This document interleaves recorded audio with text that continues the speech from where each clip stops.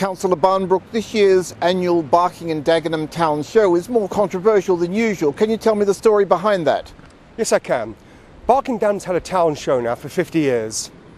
And this year, lo and behold, Red Ken and his little entourage are coming in to simply upset it. This is a family event. Now, we approached the council in due time to ask to have a marquee and a stall there.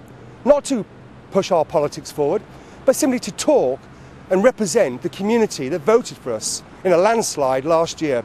But the council turned around and said this is not a political event, it's a family event, and therefore no political party can be represented there. I said to the council, this is not about politics, this is about representation of people who voted for a group of people. But they said no. However, they're letting third-party politics go ahead in this family event by giving Ken, Red Ken, the centre stage with Rise. Rise against fascism, they call it. Rise against racism. We have never made a statement towards racism. We are not racist, and that is not our agenda. And yet they're giving the platform to Labour with Red Ken to spout on about how great they're failing everybody in London and in Barking and Dagenham. This is a nonsense. We have to let the freedom of speech be put forward here. So I'm requesting all you supporters, all you members, all you sympathisers of the British National Party, all your supporters of freedom of speech and democracy to come down to Dagenham on the 14th, Saturday, the 14th of July at 10 a.m. to have your voice. If this building to my side has any purpose to democracy in this country, then freedom of speech must be upheld, and Ken Livingstone cannot bombard the people of Barking and Dagenham, lying to him, poisoning them about their Labour ideas, when we ourselves, elected, are not allowed into the town show. Why is it this year that Red Ken comes down? Is it because duly elected 12 British National Party members were put onto the council of Barking and Dagenham? Ask yourself, why are we locked out when the people want to hear what we have to say? The BNP is the main opposition party on Barking and Dagenham Council, and you've proposed several motions over the 12 or 14 months since you've been elected. How has the Labour majority dealt with those motions? Oh, it's been a laughing stock. I have to laugh at this. Labour don't know if they're coming or going. They keep twisting and turning. They know they can't attack us on policy anymore, so they try and poke us on other issues. One example about policy is, 6 months ago, we submitted a motion to the council with regards putting back finance into putting council fencing around council property to prevent waste litter, to heighten the aesthetics of the community, and also on health and safety and security issues, back gardens where cats, dogs, rats, vermin, foxes and even pets run around ripping the plastic bags apart. Now they said they couldn't afford it. The last time they put fences up was 10 years ago. Prior to that it was 15 years ago. And 8 years ago, around 5 years ago, they decided to cancel the budget for this. So they said to us in the council chambers, no, motion is refused. 2 days ago, they turned around totally and said that, yes, we will put the fences back in. It's a good idea. So I simply laughed at them and said, we said this 6 months ago. Why do you wait so long? Now, they've offered my ward, Goresbrook, £80,000 this year and £80,000 next year. Now, that's not very much money. Now, my intention is to make sure the fat cats, the consultants and the commissioning people, they farm it out to big companies, does not happen, because £80,000 would go nowhere.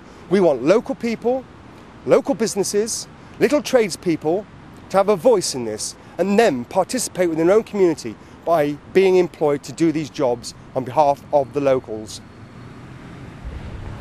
Housing is suddenly a major issue again, and the BNP is at the centre of this issue. Can you tell me why that is? Yes. Housing, housing, housing. Doesn't that just ring true to you? A major concern to all the British people. Now, Margaret Hodge may have been in the news the last month or so regards saying put local housing, put council housing into local people's hands, not migrants coming in. The government says 1% go to asylum seekers and migrants. Then they do a U-turn and say, actually it's 5%. What's the real figure? That to one side. What Margaret Hodge and government and the media have been saying now over this last week or month, we have been saying in Barking and Dagenham for the last 5 years, we don't want these half buy, half rent. We don't want association housing. What we need is true council housing for true local people. Now, this doesn't only affect Barking and Dagenham. Richmond and Kingston, a wealthier location, have people on the poverty line there that cannot move into council housing because there is no council housing or it's going to other people. And it doesn't only affect Barking, Dagenham and London, it affects the nation, world, it affects the nation wide. This is a concern that has to be addressed, and it's only the British National Party that are truly putting it forward as housing, housing, housing. The money that's been wasted on the right to buy from the Conservatives, the money that was wasted on the right to buy with Labour continuing the policy has been squandered. If you are going to go through the right to buy process, it should be put into making new council housing. Not this ism housing and schism housing, council housing. People need this. They need a roof over their head. And British National Party is the only party in Britain that brought this forward. And now, lo and behold, once again, Labour jump on the bandwagon. Isn't that quite cute? It seems to happen on every issue we bring forward. Every aspect of our policies, Labour grab hold of. But housing now is a central concern to all the people of Britain. And thank goodness for next week this will be reported more on, and maybe into the next months and years it'll be reported on, until everybody is below the poverty line has the opportunity to have a council house. Remember, the BNP stand for housing, housing, housing.